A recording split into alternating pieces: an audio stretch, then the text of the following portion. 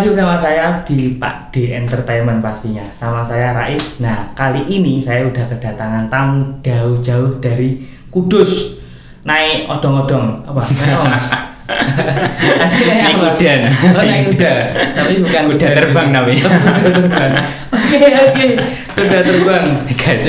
Jauh-jauh dari Kudus ke sini ngerelain buat collab bareng sama saya. Kita bakal bincang-bincang terkait sastra. Nah, pasti banyak banget ini nanti bakal dibacarain. Nah, tapi sebelumnya kita bakal kenalan dulu sama Bang Anam. Biasanya dipanggil apa ya, Mas Anam? Yang lebih akrabnya sih Cak sih. Cak, oke. Cak Anam. Cak Anam. Oke, Cak Anam. Jadi asalnya dari Kudus, terus kesibukan sekarang? Untuk kesibukan karena lagi corona ya mungkin dia tidur ya, terus rebahan. Ya rebahan karena kita ngomong rebahan ya. Yang penting masih produktif ya. Walaupun rebahan tapi tetap duit itu lancar gitu. Alhamdulillah. Itu kan yang lebih penting gitu. Ya paling enak kayak gitu kan. Jadi ketika kita ada tidur gitu ya, terus duit jalan sendiri gitu ya. Limpah lancar gitu kan. Iya. Tapi selain rebahan biasanya kan biar produktif apa itu? Oh iya, kalau saya kebetulan selain kuliah S2 ya di Nanti kuliah ya, kuliah di Paskawin, sekalian ya bantu-bantu di staf LPM, Lembaga Penjaminan Mutu IIKI. Di LPM? Ya, di IIKI. Oh, bukan di UIN, tapi di IIKI. Oh iya, berarti lintas universitas. Jadi kerjanya di IIKI, kuliahnya di UIN. Oke, siap. Main-main di antara kampus. Iya, benar.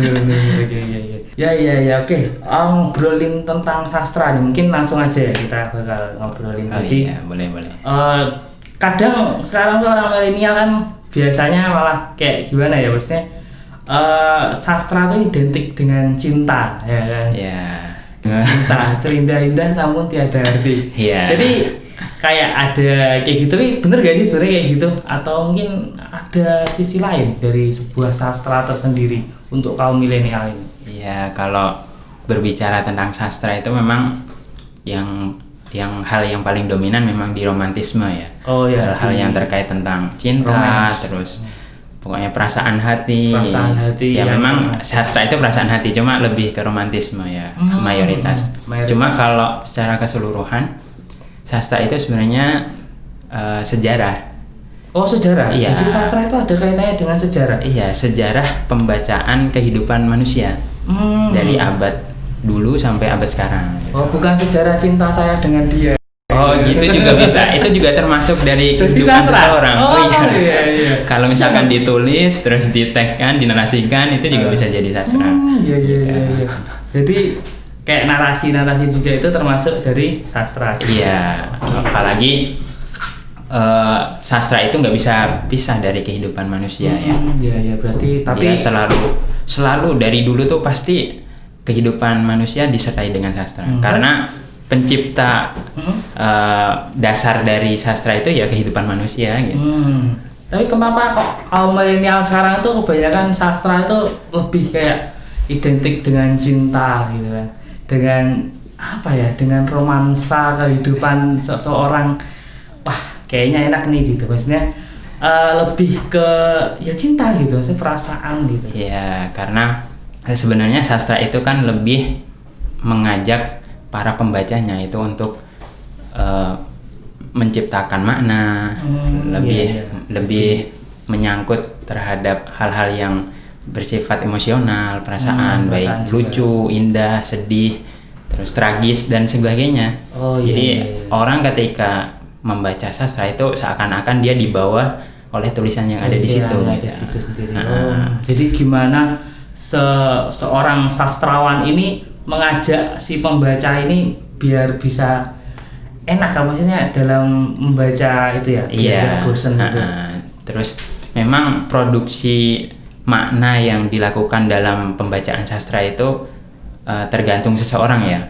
Apalagi di dunia milenial yang usia-usia kita kan. Nah, itu memang dunianya orang-orang yang sedang bisa dikatakan dalam tanda kutip emosionalnya masih labil ya.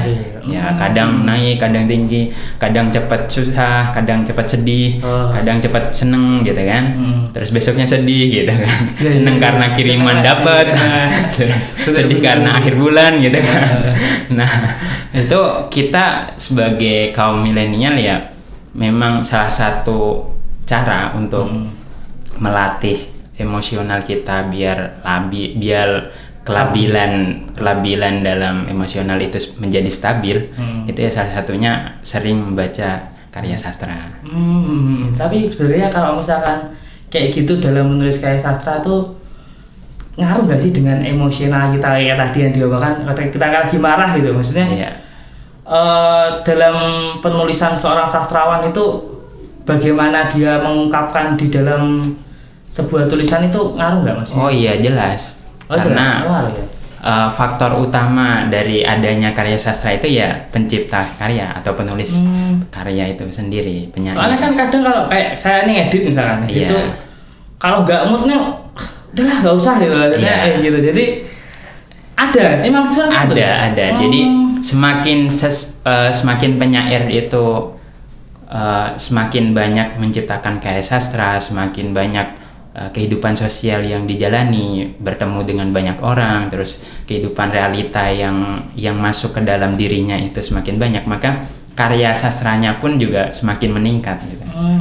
Tapi selama ini sejauh ini karya sastra yang masih sering dipakai itu apa? Maksudnya dalam bidang apa? Romansa itu atau? Kalau untuk romansa dari dulu, sejak dulu ya, mau dalam bahasa Inggris, Arab, Prancis dan sebagainya lah.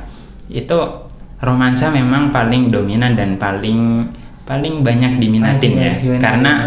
Karena sastra yang mengandung romansa itu sering menghidupkan nuansa-nuansa emosional seseorang. Mudah gitu.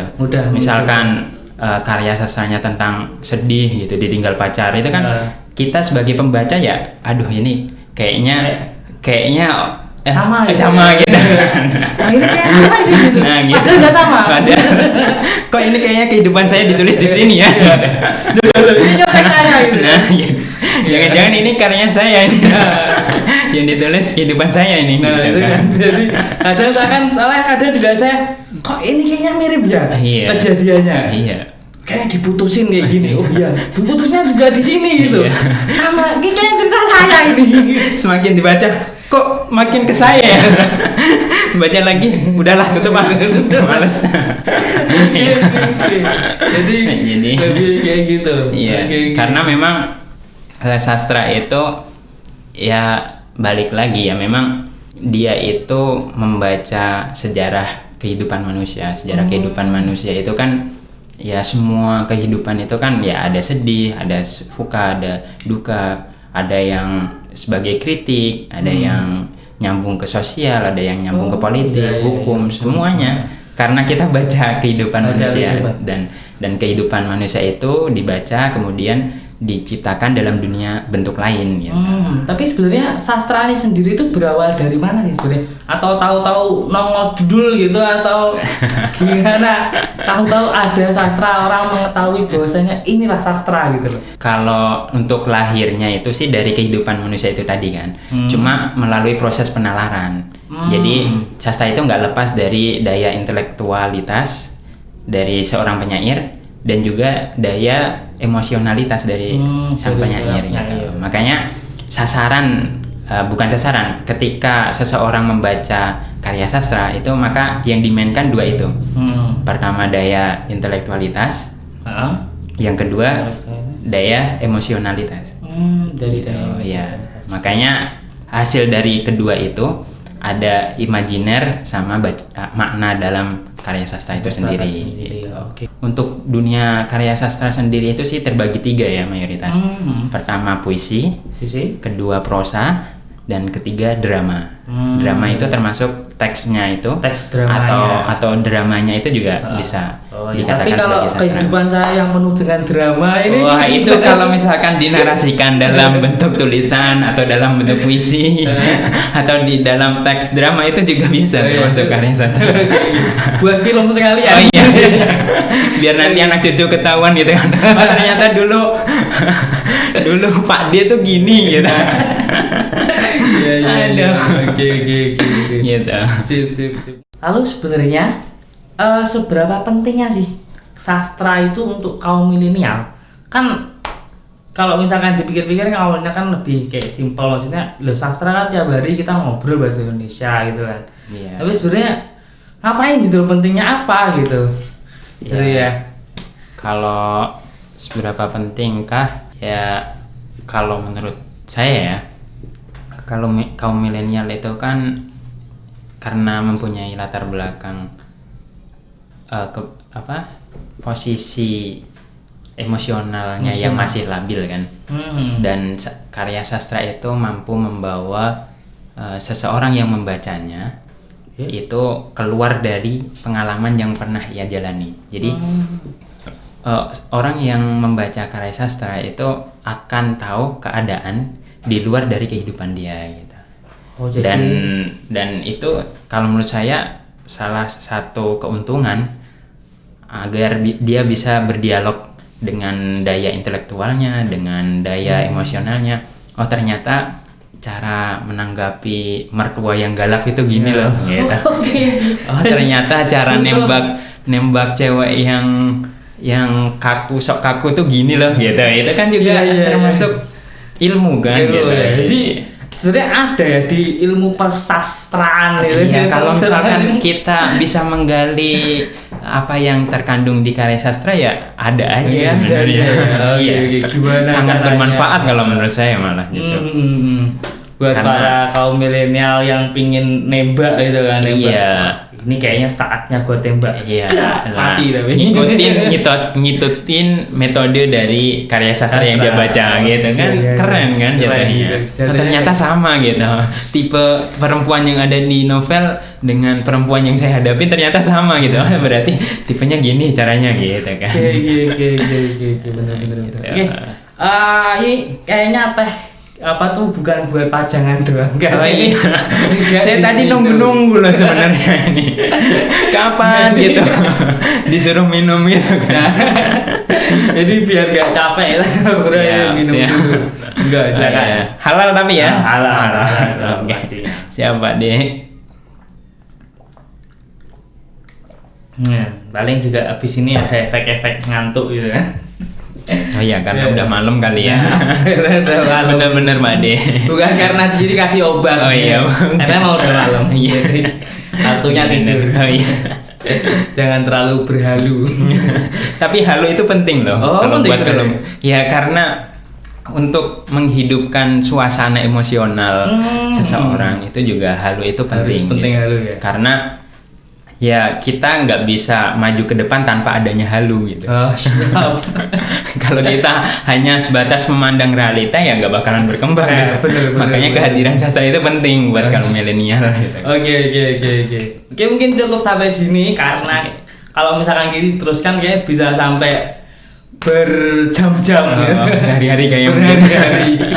Kita bakal ngobrol kayak gini, jadi nanti kita bakal lanjut lagi mungkin di sesi selanjutnya atau di video selanjutnya. Tentunya cuman di sini doang ya. Oh iya. Buat teman-teman di channel apa Pak De? Di channel Pak De Entertain. Oh Pak De Entertain ya. Oke. Jadi di sini bakal ada hiburan banyak selain podcast. Nanti kita bakal hibur para penonton gitu. Mungkin ngapain gitu kayak joget-joget atau gimana. TikTok kali Pak De. Jadi saya TikTokan dulu. Oke, mungkin buat teman-teman di sana dimanapun kalian berada yang belum subscribe channelnya, mungkin dukung channel ini dengan cara subscribe, kemudian klik tombol lonceng di sebelahnya. Karena bakal banyak pembawa acara